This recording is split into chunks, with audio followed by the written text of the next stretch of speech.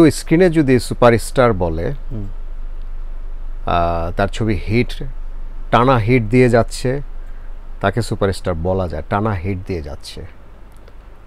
আরেকটা হলো মুখে মুখে এখন মানে সুপারস্টার যে কেউ বলতে পারছে যে আমি সুপারস্টার, বা ফেসবুকে মানে সবাই এখন তো মহরতের পরেই সুপারস্টার, মহরত হওয়ার পরেই সুপারস্টার বা সাইন করার পরেই সুপারস্টার। ছবি আর স্ক্রিনে বা পর্দায় দেখছি না, তা আমি ওইখানে স্টার তার সাথে ভাব নিয়ে কথা বলবো, সেটা আমরা তাদের ভিতর পাই নাই।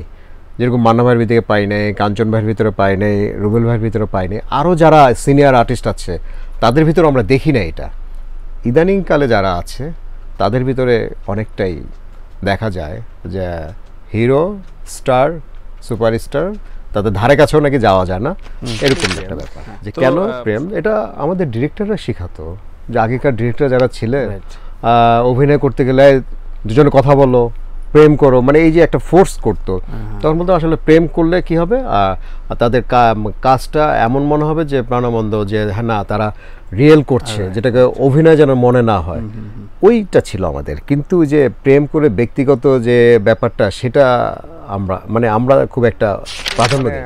খোকন পরে একটা ছবির জন্য মানে খুব করেছিল, যেটা আমি ওপেন শিডিউল রেখেছিলাম যে খোকন ভাই যখনই বলবে আমি তখনই কাজ করব, যেটা ছিল শাবনূরের সাথে। আচ্ছা আচ্ছা, একটা ছবি করার কথা ছিল, সেই ছবির গল্প ওকে ছিল, শাবনূরও ওকে ছিল, সবই ওকে ছিল। কোথাও যেন এসে বেজে যায় এবং আটকায়, কোথায় যেন আটকায়।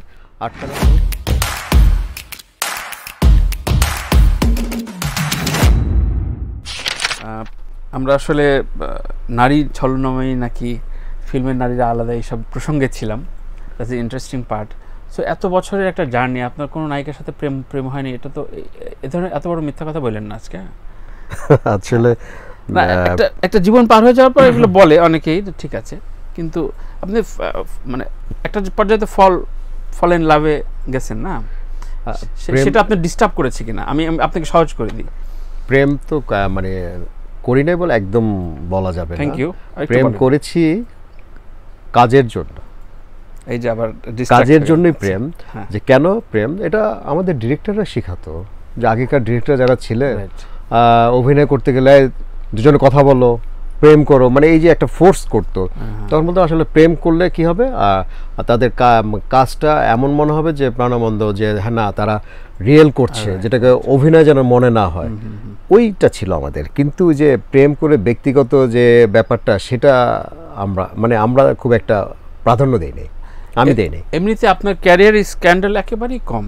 এটা আপনি কি সাংবাদিকদের সাথে একটা যোগসাজশ, মানে একটা আন্ডারডিল ছিল কিনা আপনার সাথে? সাংবাদিক মানে যারা, আমরা তো বলতাম যে সাংঘাতিক, যে এবং তাদের সাথে আমাদের একটা ভালো একটা হাই হ্যালো ছিল তখনকার।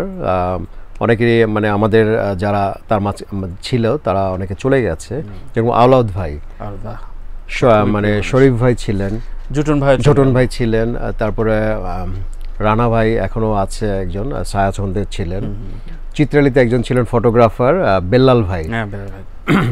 এদের সাথে আমার মানে সম্পর্কটা খুব ভালো ছিল। আচ্ছা আচ্ছা। এবং এটার কারণ ছিল যে পারভেজ ভাই, রুবেল ভাই, মানে এদের সাথে যাদের সম্পর্কটা ভালো ছিল তাদের সাথে, মানে যেহেতু রুবেল ভাই, পারভেজ ভাইয়ের সাথে আমার সবসময় থাকা হতো, ওই সুবাদে এদের সাথে সম্পর্কটা আমার ভালো হয়ে যায়।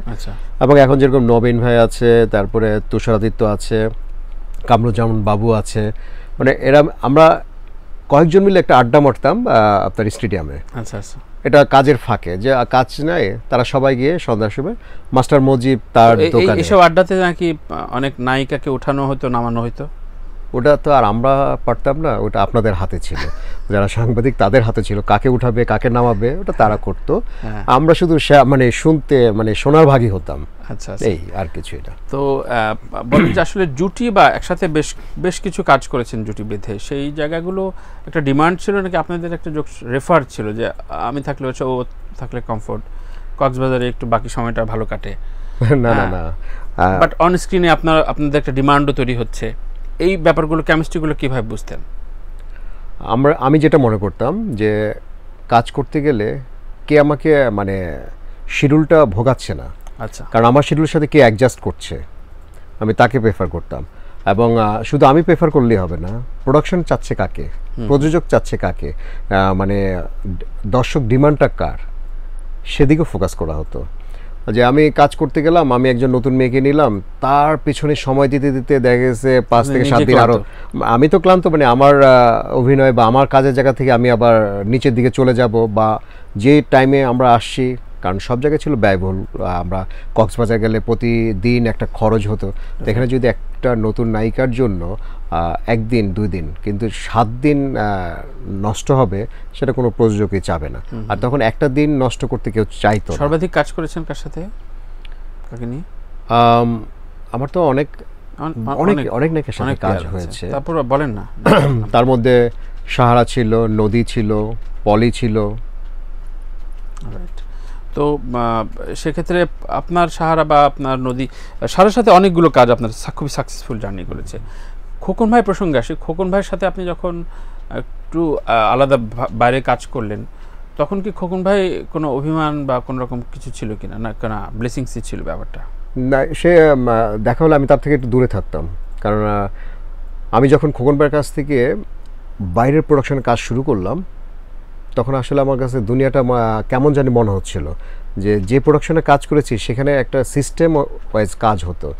যে আমি সকালে ওপেনিং করব, সকালে কাজ করব, তারপর একটা ব্রেক হবে, ব্রেক টাইমে লাঞ্চ করব, লাঞ্চের পর আবার কাজ হবে, এবং 5টার পর আরেকটা শিফট শুরু হবে, ওই শিফটে আবার আলাদা কাজ করব। এই যে একটা ব্যাপার ছিল। আর আউটডোর গেলে 1 শিফট কাজ করব, রাতের শিফট কাজ করব না, কোনো নিয়মের মধ্যেই পড়ে না। যখন আমি বাইরে আরেকটা প্রোডাকশনে কাজ করতে গেলাম, তাদের খাবারের কোনো টাইমই নাই। হয়তো সকালে শুরু করবে, শেষ শুরু হতো দুপুর 12টার পরে, শেষ হতে গিয়ে সন্ধ্যা 7টার সময়, যখন সূর্য চলে যায় তখনও তাদের ডে শিফটে কাজ চলতো। তো এই জিনিসগুলো তখন আর নিতে পারতাম না, মানে সিস্টেম ওয়াইজ কাজ করে আসছি তো এখন, মানে সিস্টেম ছাড়া সেটা বুঝতাম না। তারপর মানে খাওয়া দাওয়ার সিস্টেম, মানে যেই জিনিসগুলো নিয়মের মতো চলতো, নিয়মের বাইরে পড়ে গেলে যেটা হয়, তখন মানে সাগরে পড়ে যাওয়ার মতো। ওইটাই যখন আমি অ্যাডজাস্ট হওয়া শুরু করলাম, তখনই খোকন ভাইয়ের কাছ থেকে একটু দূরে দেখলি বলতো, এটা কেন করছিস, ওইটা কেন, কারণ সে সেন্সর বোর্ডের মেম্বার ছিল। ওই আমার ছবিগুলো ওখানে যেত, আর প্রতি সপ্তাহে একটা না একটা ছবি থাকতো আমার। তখন সে বলতো, যা শুরু করছিস তুই, ওইটা কেন করতে হবে, এটা কেন করতে হবে, মানে এখন গার্জিয়ান হিসেবে যা বলতো। কিন্তু আপনি আসলে পেশাদার জায়গা থেকেই সরে বাইরে কাজ করা বেশি শুরু করলেন, কারণ কি এমন যে ওস্তাদের সাথে থাকলে হয়তো, যেহেতু আপনার ওস্তাদ রুবেলের সাথে খুব র্যান্ডম কাজ করছে, সুতরাং আমি ওই স্পেসটা পাবো না।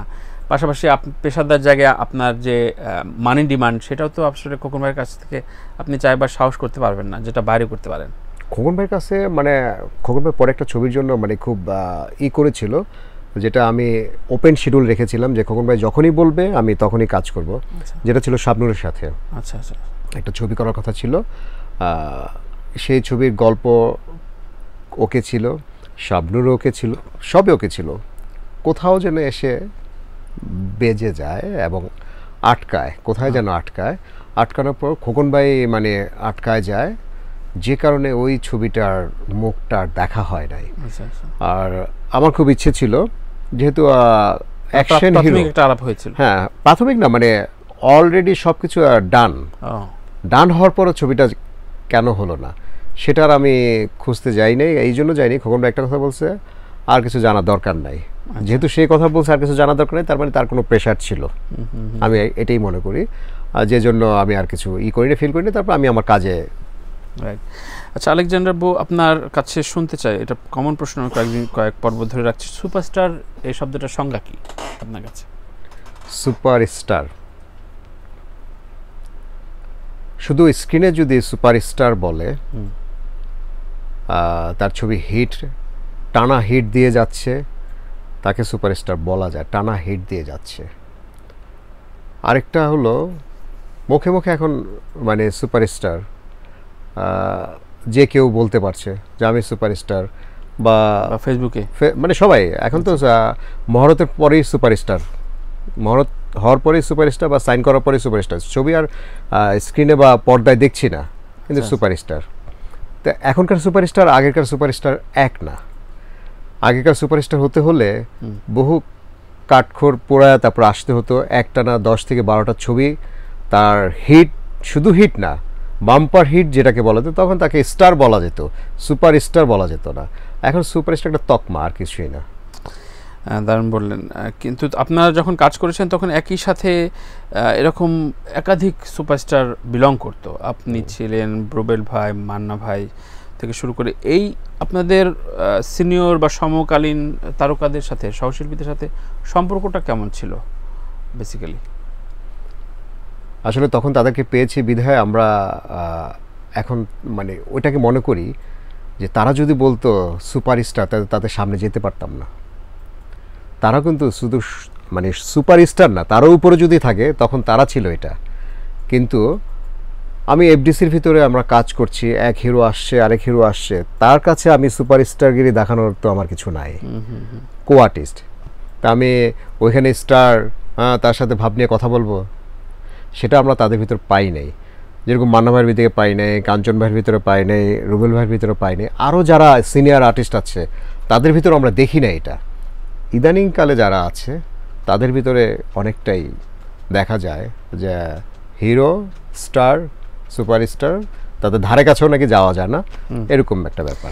তো সম্প্রতি গত কয়েক মাস ধরে খুব প্রচলন, সাথে ফেসবুকে বিভিন্ন গ্রুপে বলার চেষ্টা করছে যে শাকিব খান সর্বশেষ সুপারস্টার, সর্বশেষ মেগাস্টার ইত্যাদি, সর্বশেষ বলে দিচ্ছে, বলে একটা ব্যারিকেড দিয়ে দিচ্ছে। আপনি এটার উত্তর দিয়েছেন সর্বশেষ সুপারস্টার বললে আসলে সালমান শাহকে বলতে হবে, কোন একটা ইন্টারভিউতে বলেছেন। এটার ব্যাখ্যা যদি আপনি একটু বলতেন, যে আপনি যেহেতু বিলং করেছেন একটা কাল, আপনার কাছে কি কারণে বলেছেন, এবং এই তকমাটা দিয়ে এখনই আসলে সময় এসছে কিনা সর্বশেষ, মানে কেয়ামত হয়ে যাচ্ছে না তো, মানে ঠিক 10 বছর পরে? আসলে মানে আমি যে এই কথাটা যখন বলেছি, আমি এই কথাটা একজন আমাকে বলেছিল, সেই জন্য আমি তখন তাকে প্রশ্নে বলেছি, একজন ডিরেক্টর হয়তো এই উক্তিটি করেছে তার ছবির জন্য, মানে লাস্ট সুপারস্টার, তার কাছে এটা, সে হয়তো লাস্ট ছবি বানাইছে, ওই ছবিতে সে ওই হিরোকে নিয়েছে এবং সে বলছে লাস্ট সুপারস্টার, তার ছবির জন্য হয়তো হইতে পারে। কিন্তু একটা ইন্ডাস্ট্রিতে লাস্ট সুপারস্টার বলতে কোনো শব্দ হয়তো মানে আমার ক্ষেত্রে না, কারণ ইন্ডাস্ট্রি থাকবে, এক হিরো আসবে, আরেক হিরো যাবে, বা নতুন আরেকজন স্টার তৈরি হবে, লাস্ট সুপারস্টার বলা তো যায় না। যদি বলে তাহলে এখনও আমরা সালমান শাহকে আমরা এখনও যেভাবে স্মরণ করি, বা ওর যে ভক্ত, এখনও আমি আনডাউটলি ওর ভক্ত, এবং এমন ভক্ত, কিন্তু সালমান শাহ আমাকে জিজ্ঞেস করছিল যে আচ্ছা ওই ডিগবাজিটা কিভাবে দিয়েছিলেন, আমি ওটা দেবো, আমি সেটা আপনি পারবেন না। সে কিন্তু আমাদের ক্লাবের একজন ছাত্র, মানে জায়েদ খানের ডিগবাজি না, না ওই ডিগবাজিটা, মানে সেও কিন্তু কারাতে মানে শেখার জন্য খুব চেষ্টা করেছিল যে আমি ওটা শিখবো। তা বললাম যে আপনি রোমান্টিক করেন, রোমান্টিকের মধ্যে থাকেন, এটা দরকার নেই। তারপর কিন্তু সে একদিন ইচ্ছে করেও সে ডামি ইউজ না করে নিজেই লাফ দিয়ে ঘাড়ে ব্যথা পেয়ে হসপিটালে ভর্তি ছিল একটা সময়। সেই মানে তার আগে আমার একটা ছবি রিলিজ হয়েছে লম্পট, ওই ছবি দেখার পরেই তার এই জিনিসটা জেগেছে। তারপরে একটা লিমার সাথে একটা ছবি করেছে, মার্শাল আর্টের কেন্দ্রিক একটা কিছু, মানে তার খুব ইচ্ছে ছিল যে মার্শাল আর্টটা শেখা। আচ্ছা আচ্ছা আচ্ছা। এবং কেন ভালো লাগবে না, আপনি স্টার বলেন, সুপারস্টার বলেন, এটা আপনি এফডিসি কেন্দ্রিক প্রযোজক, প্রোডাকশন বয় থেকে শুরু করে প্রযোজক, পরিচালক, তাদের কাছ থেকে জিজ্ঞেস করবেন স্টারকে আসলে স্টারকে, আর স্টারদের মানে তকমা লাগতে হলে তার কি কি বৈশিষ্ট্য দরকার হয়। লোকালয়ের বাইরে এফডিসির প্রোডাকশনের দূরে, বা ডিরেক্টরদের দূরে, বা ডিরেক্টরদেরকে বসায় রাখবে ঘন্টার পর ঘন্টা, তাহলে কি সুপারস্টার হয় না? ডিরেক্টররা অনায়াসে তার সাথে একটা কথা বলে কাজ শেষ করে, অনায়াসে তাদের না ভোগান্তি না করে, মানে পেইন না দিয়ে কাজ সুন্দরভাবে শেষ করে, যেরকম আমি রুবেল ভাইকে দেখেছি, ওইখান থেকে আমাদের শেখা। প্রোডাকশনকে কখনোই পেইন দিতেন না, যে আমাকে এটা দিতেই হবে, আমাকে এটা করতেই হবে, নাহলে আমি করবো না, এটা দেখি নাই, কখনোই দেখি নাই।